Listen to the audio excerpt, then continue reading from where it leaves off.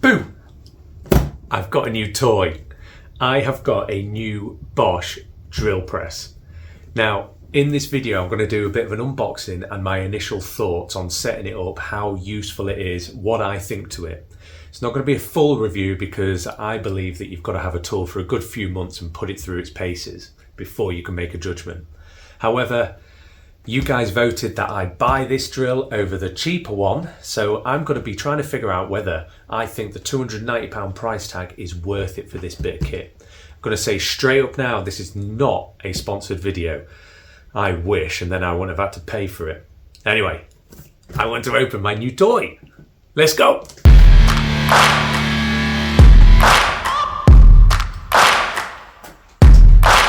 Okay, so first things first. Price tag £290 in the UK. I would assume that's about $360, maybe a bit more. Now, why did I get this one over the cheaper one? Well, because you voted for it. I was looking at a £90 Titan alternative. However, the main concern with that is actually this plate here. But I'll explain that more once I've got this unpackaged. So I'll just point you around so I'm not going to be wobbling the camera as much. Now I will say this thing isn't as heavy as I thought it would be when I picked it up. I didn't struggle on my own to move it or shift it. This is the base plate and it's made from metal, it's not plastic, feels fairly solid, but it's not too heavy, which is a big advantage of this tool. I haven't got a permanent home for it at the minute, so I'm going to be moving it about. Some rigid cardboard packaging.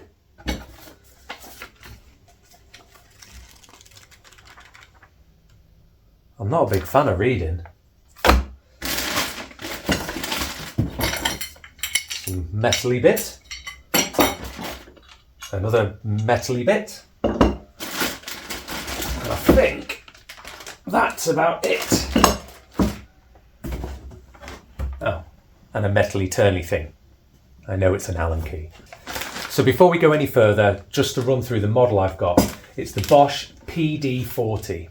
Now, this thing is digital, and for me, I don't know if I needed anything like that. The main reason I bought this drill over the cheaper version, other than the fact you guys voted for it, is the plate itself. Whatever you are drilling sits flat on the floor. A lot of the other drills, the cheaper drills, have a plate that you can raise up, but it's only on a little thumb clamp, a little, like a clasp, if you like. Any kind of weight on it and it moves, it bows. Whereas this drill's a bit more out there because the entire drill setup moves up and down the pillar rather than the base moving towards the drill. That keeps it more compact, and there's no way you can have any flex at the bottom because the plate sits flat, flat, flush, flat on the table. So in terms of assembly, I'm guessing there's not much to it. Seems only a couple of parts. Got the main part here and the base, a fence, and then this is the actual clamp. So again, some of the other models, the cheaper models, you have to use your own clamps to clamp whatever it is you're doing onto the surface. The reason why this got good reviews is because this clamp here is quite suitable for clamping any material directly onto there. It can also deal with pipes or rounded material just because of these little notches in here, I believe. Anyway, I should probably read the instructions a little bit. I know it looks self-explanatory, but so did the laser when I was putting that together. Okay, so I said I was going to take a break and read the instructions, but you really don't need to. There is an A and a B, and that's literally it. I mean, B doesn't even really show you how to put anything together. What B shows you how to do is how to bolt this base plate onto a table if you've got a permanent home for it. What I did think was a bit cheap of Bosch is they tell you to use bolts, nuts, washers, several washers, but they don't provide any. I just think it's a little bit cheap. On a £300 drill, they could have provided 4 sets of hardware. So this is the fence. Now the fence really simply slots into there and it's got some square bolts on the bottom so you can tighten it, clamp it. You have got to figure out how to get that square though, which, well, is maybe a bit of a pain if you haven't got any good squares. All I've got is this one really, and it's not probably the best for lining this up. Next job, this bit goes on. Now, from what I can see, is you put that on sideways, because on here you've got a tiny little slug. They're not called slugs. The little sticky outy metally bit. Then that goes onto there. Then you can turn that around. Now, as you can see, there's a bit of play on there. That's where our Allen keys come in. So where you use this Allen key is just at the back here.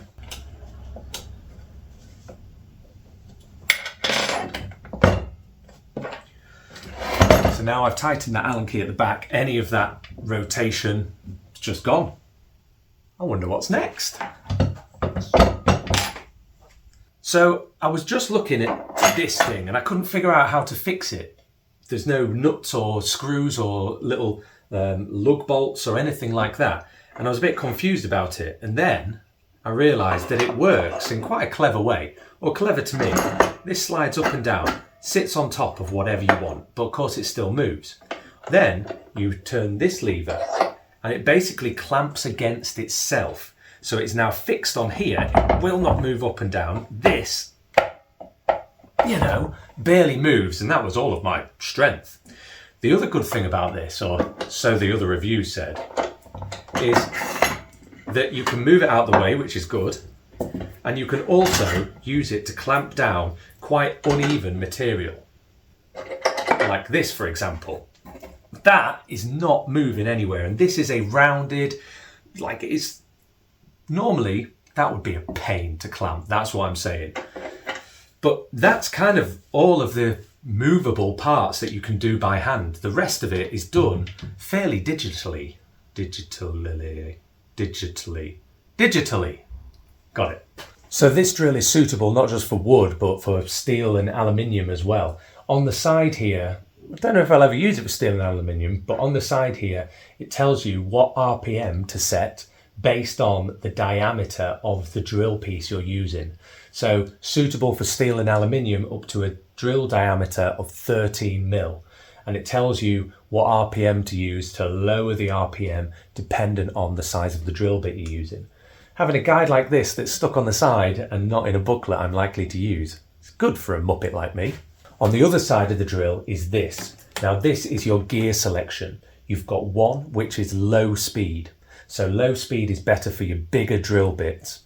Then you've got 2, which is if you're cranking through projects using a small bit, 2 will work better, it will go quicker. Now the reason this impresses me is because many drill presses don't have this ability on. They have your 2 speeds, but you have to take off the casing and physically move around belts from one cog to another to be able to change the speed. To me, that was too much faff. And I would have been lazy and left it all at 1 speed. So in terms of how do you move the pillar up and down, because it's not just the drill bit that goes down, this whole thing moves up and down depending on your project. So you can have this closer to your project and make it more easy, I guess, so you don't have to wheel that wheel all the way down. So how do you do it? Well, this one here, loosening this off, and then turning the wheel moves the whole unit up and down. Then I can tighten this. Now that wheel doesn't do anything because this one here is what you can use to then decide what depth you can go to. Very simple design, but I am very impressed with it. This is the wheel on the other side that I was talking about. Some people don't like this design. Some people prefer the spindles that you can pull down on. They say it's more ergonomic. I've never really used the drill press, so I can't compare it. This is my first drill press, but as far as I'm concerned, that's as easy as anything. And if you really like the spindles, you can just hook a finger and pull it like that. I must say, it's very smooth action. In terms of drill bits, it doesn't get much simpler than it is. It's just like your standard drill bit on your drill. So you can just tighten it, sorted. Okay, so this is where this drill comes into its own. Now, I've only spent 5 minutes reading through the manual and already I've figured out everything that I need for my purposes, which will probably be where I stop this review. So you can turn the unit on itself. Now the drill won't start up here. To do that, that was the emergency stop. So what that does is it turns everything off and you have to reset it right back to 0 before it will turn on again. So this turns just the display on so you can get your finicky little bits. So the first two things I want to show you are these two. Hold on. I am not the sort of person that leaves those on. Can't stand them. So the first two buttons on the right, this one is a light. Now this light is very white, it's very harsh, but it's going to work a treat because my garage, I've improved the lighting slightly, but it's not great. I've still got quite a shadowy area under here, and this light will just help me that little bit more. The other thing it's got is a laser. Now it's actually not just got one laser, it's got two lasers that cross over and in theory give you the exact point where that drill's going to go in, but I will test that in a minute. The other thing you can do with the drill set on just this digital display, so that turns it off, that turns the display on, and it's going to get loud.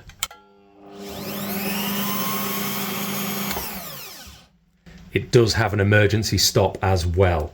Now, once you've done the emergency stop, this button locks in. So the only way to turn the drill back on is to go right back to the start. The button pops out, then you can turn your digital display on again.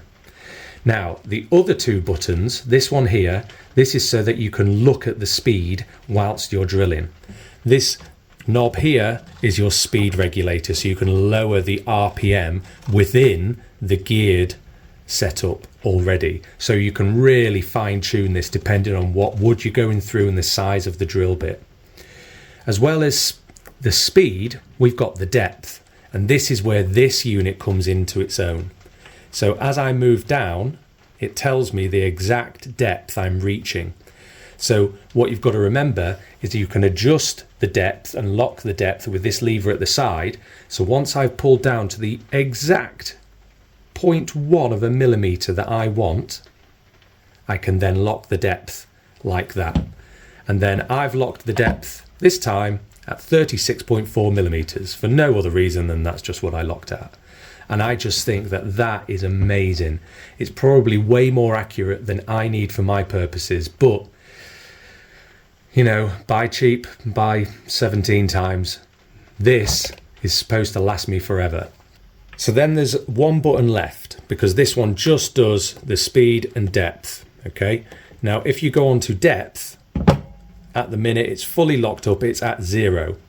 Now, if I go down slightly or this ever gets out of whack, this is your reset button. So now that depth is reset at 0.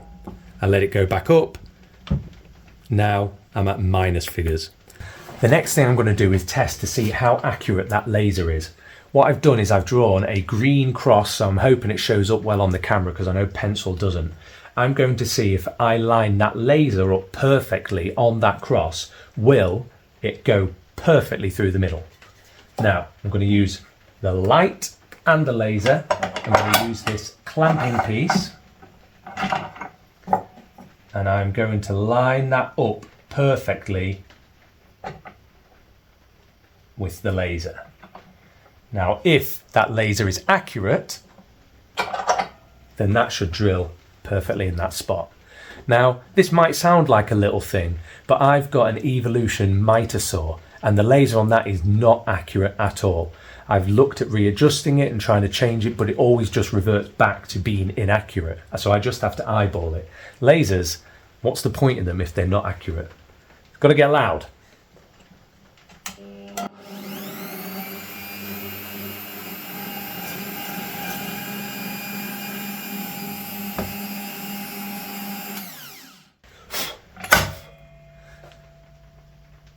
Pretty good. Pretty good. You're not going to get much more accurate than that. So what was my motivation behind buying a bench drill? Well, a few things. I've got a few bigger projects lined up in the past where I'd like to use some big heavy duty dowels to join the furniture together. I'm thinking of table legs and things like that. However, my inability to actually drill straight holes means that I've never been able to do that in the past. I've always resorted to screws. Whenever I've tried to use dowels, it makes it worse. Dowels are supposed to help things line up, but it's harder for me. These are what I'm wanting to crank out. This is only a prototype, so don't judge it. But I tried to use a Forstner bit to drill this by hand, and it's not straight and it's not level. So one side of this bottle opener part is flush and the other side is not. So that's why I wanted this bench drill primarily. Now I've found the first kind of flaw with it, if you like. Because of the position of the light and the position of the lasers, when you've got a big old Forstner bit in, you can't actually see where the lasers cross over.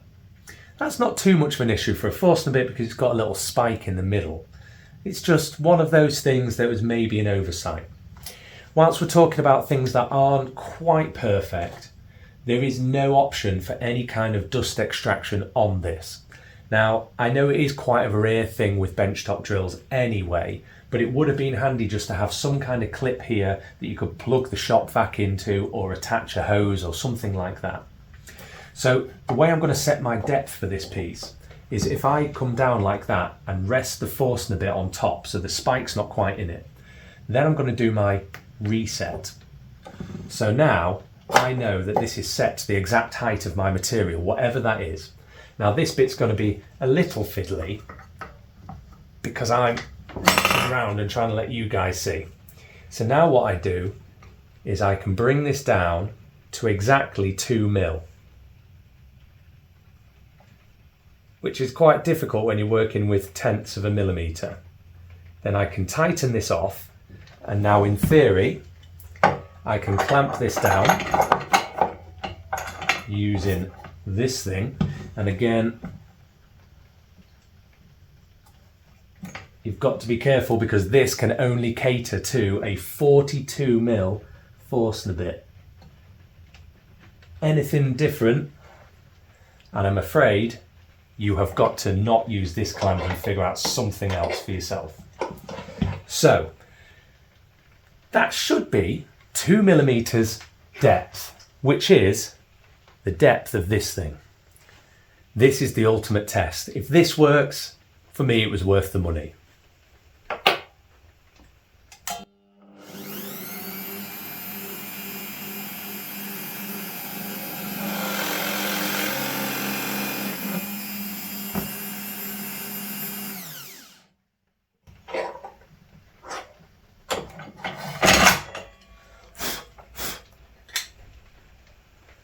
And you are not going to get any more perfect than that. That is precision right there. Being able to set this to 2 millimeters, let alone the fact you can go to 2.1 or 1.9, that will not get any more precise. I don't care what you're using, surely that's the most precise thing in the world. Incredible. The other main application I can see for using this benchtop drill is for joining pieces of wood together and using the dowels to help keep them aligned during glue ups. Now I work a lot with pallet wood and sometimes things don't want to line up when they're in clamps. I know that dowels don't really provide any kind of structural integrity. However, we know how the woodworking community feels about YouTubers that go out and buy domino jointers. Well, I wish I could afford to upset them by spending £1,800 on a Festool domino. Anyway, I'm going to now use the fence this time to help me line these up. I've set the depth exactly how I did before. I've set it to 20 mil. These are 40 mil dowels, so in theory I should be able to line it up. So what I've done is I've just moved the fence to the back this time. It works in either way, it doesn't matter, but with that fence there, I can then move this across so that lines up nicely in the middle, secure my fence, and then I don't have to rely as much on the clamp. I'm still going to use the clamp to clamp things down because it's easy to use. However, It allows me to line my wood up, put my dowels in, and we'll see how it works.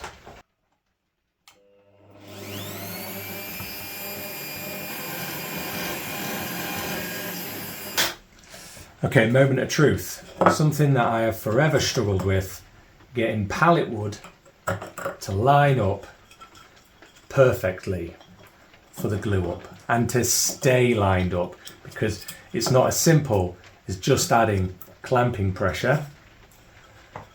With things abode, they want to move, but that cannot go anywhere. Bit of glue and that will be bomb proof. That's not moving at all. In terms of production line for this, it was a bit finicky. The fence helped massively because all I have to do is slide it along for each one. This thing is amazing and it has a lot of clamping power, but it's almost too much for smaller pieces like this. I would maybe set up a jig at some point and allow it to move along nice and easily. Or the other thing that would work really well is if I had another fence and I could have pieces like this literally just slide along, and then I can just hold them with my hand and they're not going to come back and forth. So there you go. My unboxing and initial thoughts on this Bosch bench drill. Initial thoughts, it does have a few cons. So the con for me would be the light is really handy. However, I've looked back on some of the recording and I feel like it could be a bit brighter for my purposes. I mean, it works fine, but when you're doing the YouTube thing, you have to set your standards a bit higher because you guys have got to be able to see it. So the light could maybe be a bit brighter. The laser is incredibly accurate. However, it would be nice if you could use it reliably with a Forstner bit. That would save me a lot of time. However, I don't know how you do it. I'm not an engineer, so that's beyond me. In terms of the pros, there's loads. I thought that when I bought this, the digital part of it would play more of a role and you'd be able to adjust the depth digitally. And I'm almost glad that it doesn't work like that. What I like is that there is no room for it ever going wrong in the future, because part of it raising the whole unit up and down by hand and then being able to reset digitally means that nothing can ever go out of whack. If it ever gets sawdust in any parts of it, you can clean that off, reset to zero, and nothing's going to play with that. In terms of what it can do, it is crisp, it is clean, it is amazing. I mean, I cannot tell you how perfectly lined up that is. Could I have done that by hand? No, I couldn't. I've tried it. Now, what I will say is that a drill press is only ever going to be as good as the bits that you are using. And whilst this is a Bosch drill press, I was also using Bosch Forstner bits, which I can highly recommend. They are amazing, they are clean, they are sharp as anything. In combination with each other, incredible bit of kit. Yes, it's expensive. For a hobbyist like myself, it is expensive. However, if I want to start making money off the things that I make, I need to be more accurate. And that's for me personally. I've made plenty of things I've been too scared to sell because I see the imperfections. If I can get rid of some of those imperfections, then maybe I'll be a bit more confident with selling things. Thank you so much for watching. If you've got anything out of this review, then please leave a like or comment or subscribe if you haven't already. But I just want to thank you guys for following me this far and sticking with me.